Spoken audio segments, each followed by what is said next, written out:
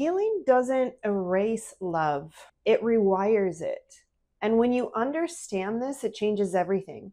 It's going to help you to be able to move forward in a healthy way. In this video, we're going to talk about whether moving forward in healing means forgetting the person that you love, how to stay deeply connected to your loved one in a healthy way, and what that looks like balanced as we move forward in our lives. Hey, I'm Kelly Nielsen, and after surviving and recovering from deep, profound grief in my own life, I've created a proven faith-based, neuroscience-informed process that has helped hundreds of people find freedom from grief. So let's dive in. Does healing mean you're going to forget your person? I see so many people who subconsciously or even consciously stay stuck in the pain, stay stuck in the place of sorrow because they believe that if they move forward, they're going to somehow forget the person that they love. They also can be attached to the emotion of sorrow, and it can give this illusion of closeness that if they're feeling sad, if they're really missing their person, even though it's painful, they can feel emotionally connected to their person. So people will stay connected to the pain in an attempt to stay connected to their person. But it's important for you to know that you don't need to stay connected to the pain. You can move forward, stay connected to them emotionally, and not forget them. It's actually pretty impossible for you to forget them unless you have some sort of accident or brain injury. When people are woven into our neurological systems, those memories stay with us. And actually, the more emotionally charged memories are, the more they stick in our mind. So especially whether you're a parent or a spouse, whoever you lost, that person that you loved is so etched into your mind, there's no way that you're going to forget them. And moving forward in healing doesn't mean erasing them from your memory or never thinking about them. Healing is all about weaving their memory into your future. It's weaving them into your experience and carrying them with you. So the first thing we want to make sure is that you just understand and you break up with that lie, that limiting belief that says, well, if I heal, I'm going to forget about them. If I am happy, if I move forward in life, I'm going to be leaving them behind or I'm going to forget about them. That is not at all what happens. Our healing process just rewires the way we experience the memory. If you're doing grief recovery correctly, it doesn't remove the memories. It's just going to change the emotional charge around those memories. So I'm going to give an example from my own life, how a specific thing has been transformed as I've gone through the healing process, right? So when my son Quentin passed away, there are certain songs that just always make me think of Quentin. There are certain songs that were either his favorite songs or attached to memories that I had with him. And I know when he first passed away and I was just in the deep end of grief, when I would hear those songs, I would just start crying. It would train wreck like my entire day. Those songs would be a trigger for me and I would be really upset. It would take me a long time to recover, actually. And what I had to do for a season was remove those songs from my playlist so that I could do the work of healing. And now on the other side of healing, I actually have a Quentin playlist in my music. And when I hear songs that remind me of Quentin, they're not painful anymore. It brings me tremendous joy. And actually listening to those songs on purpose is part of the way that I carry him with me and move forward with him with me. So the reason I want to give this example is that it's not the memory that's the problem, and it's not the memory that we want to have go away. It's the emotional charge and connection to it. And this is what the work of healing does. It doesn't remove the memory, but it allows us to change the emotional charge around that memory. So hopefully we have eliminated the lie, the myth, the rumor that when you heal, when you move forward, it means forgetting your person. It does not mean forgetting your person. It changes the way that your emotions relate to those memories. So if you want some more help on what this looks like practically, check out the link in the description. But what we want to talk about next is, okay, we're not going to forget our person. How can we stay deeply connected to the person that we love? What does that look like, practically speaking? So I mentioned music, right? And music can be something that brings back memories, and you can have music in your day-to-day life to remember your loved one. There are so many other traditions that you can incorporate. There are so many ideas and fun ways that you can keep your person close to you. So the first thing to notice or to mention is that, closeness is not physical proximity. It's emotional connectiveness, okay? So when we remember our person and when we think about a memory with fondness, we actually can relive that as if it's happening. Our brain doesn't know the difference between what's happening in our imagination and what's happening in real life. Now, if you're stuck in the throes of grief and you're reliving the painful loss, you know that to be true. You can relive that over and over, and it can feel as real as the day that it happened. But the positive side of that is we can also do that in a positive way. We can on purpose remember happy memories of our loved one, and it'll be as if we're there with them. In fact, I've actually coached a couple clients to create a TV channel in their mind about their loved one, to think about and write down different types of memories that they on purpose want to revisit and remember. Maybe it's a trip that you took together. Maybe it's a holiday memory that you want to remember, a specific birthday that they celebrated, sometime that they were just goofy. You can actually catalog and on purpose think about these different times of memories and revisit them often in your mind. These are muscles that you can develop, and you'll find the more that you revisit those memories, the easier it is for your mind to go there, and you can actually visit with them. You can have a memory and experience it as if it's happening in real life. Here's some other ways that you can stay connected to them on a real intentional level. You can journal. You can write a journal to them and just let them know everything that's going on in your life. Let them know, just have an outlet, a place to ask questions, a place to share and let them know what's going on in your life. If you've lived with them for a long time, you'd be surprised if you write a question to them or you tell them about your day, you can almost hear how they would respond. You know them so well, you can pretty much have a conversation with them because you know how they would respond to whatever the going-ons are happening in your life. So having a dedicated journal, writing out and speaking to them that way is another way you can stay connected to them. There are creative ways. You can create a scrapbook and use that as a time to intentionally take pictures from the past, take pictures from your life now, and be scrapbooking for them. One of my favorites, we're going to do a little bit of show and tell, but is tattoos. So I have this main tattoo here for Quentin. I have a tattoo for my mom for when she passed away. And actually, this has become a very intentional part for me to weave into my existence. So typically every year on his birthday, or sometimes on the anniversary of his passing, I'll get another tattoo to remember him. And it's become something that I really look forward to and has become a fun way for me to share him with other people. So some people will ask about the Q, but this one right here, Burbison, I have to just tell you. So Burbison is a completely made up word. So Quentin and I used to have a bunch of inside jokes. In fact, it's one of the things I miss the most about him is that we had such a same sense of humor and we could have inside jokes without saying a word. And so Burbison was one of our inside jokes. See, Quentin and I have different last names. My last name is Nielsen and Quentin's last name is Casey. So somewhere along the way, we made up this fake last name so that we could both have the same last name. And it was Burbison. So a joke for us I would call him Quentin Burbison, or he would call me Kelly Burbison.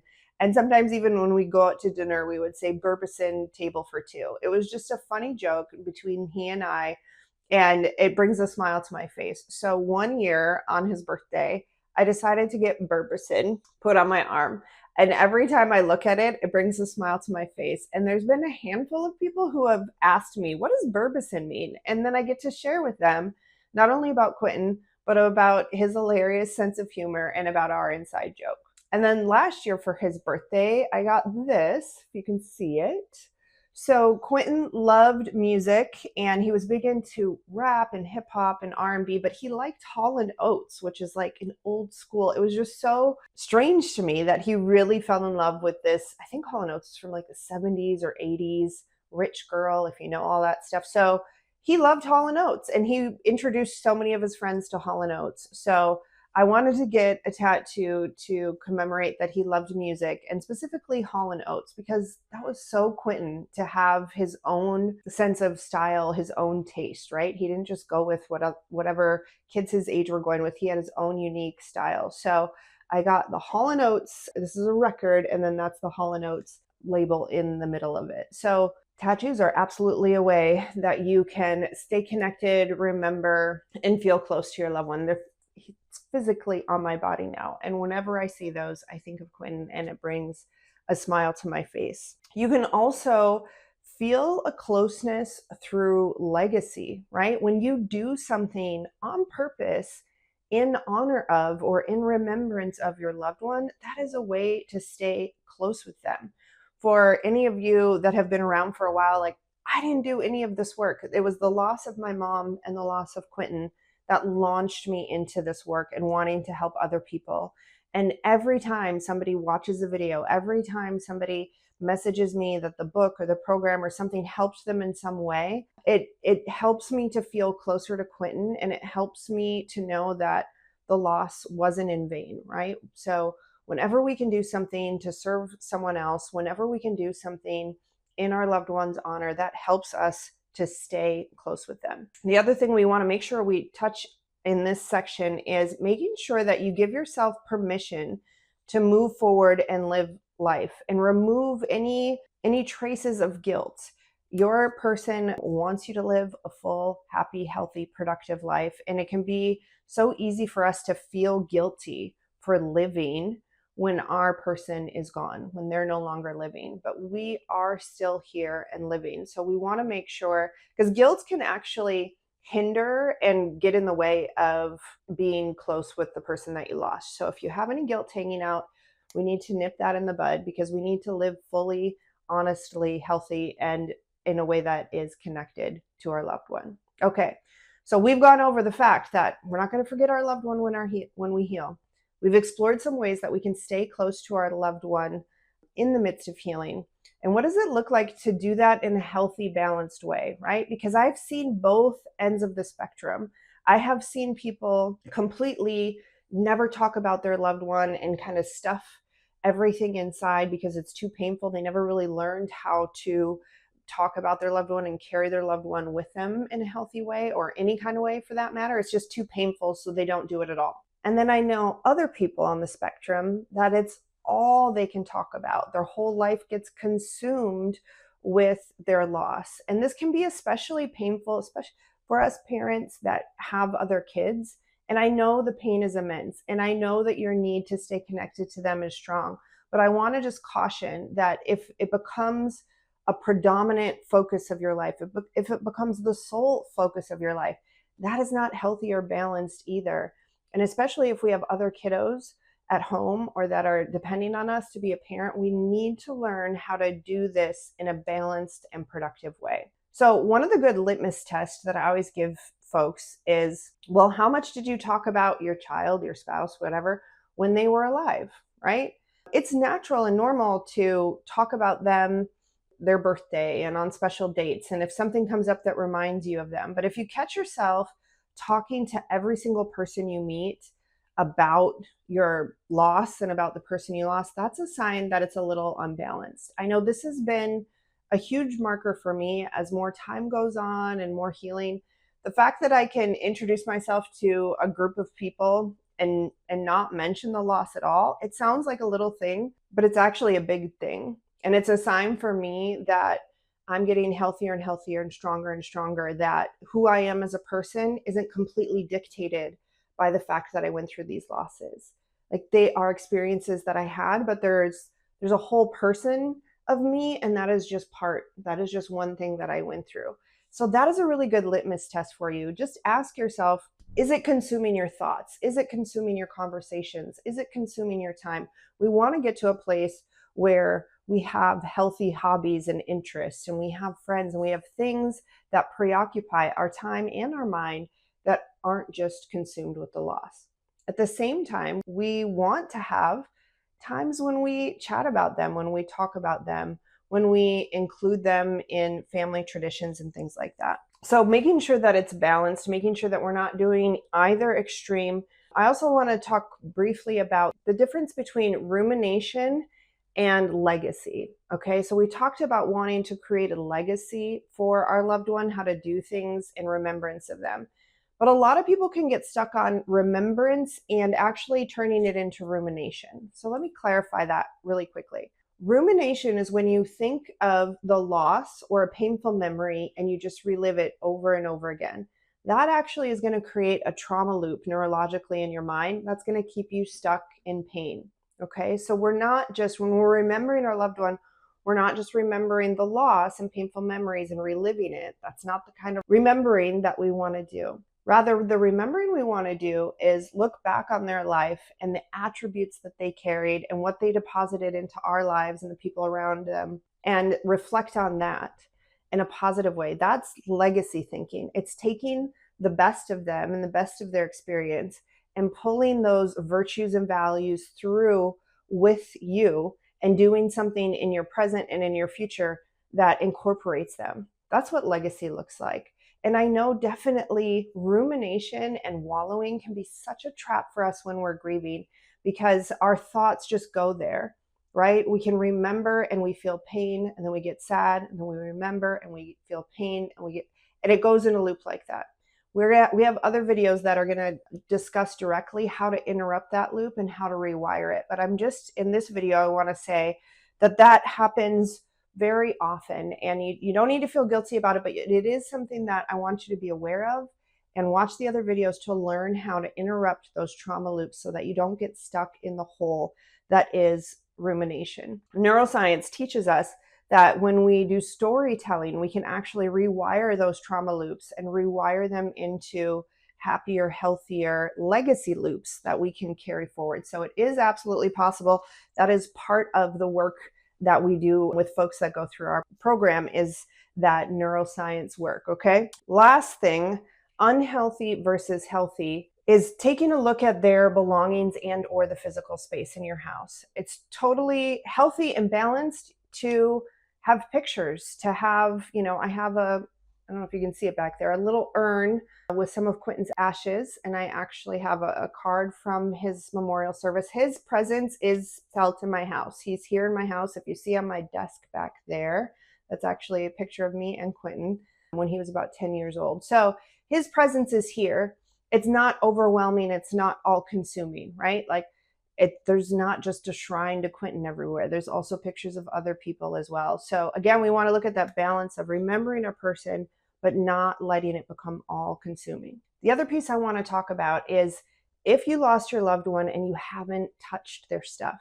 It breaks my heart when I've heard both parents and spouses that, they lose a child or they lose a spouse and they haven't touched their clothes in the closet, and it's been 2 years. I spoke to a mother one time that her child passed away in the home and they hadn't touched his room in over 2 years. And so every day when she would walk up and down the hall, she was walking past the place where her son died in her home. And it's as if they were just frozen in time.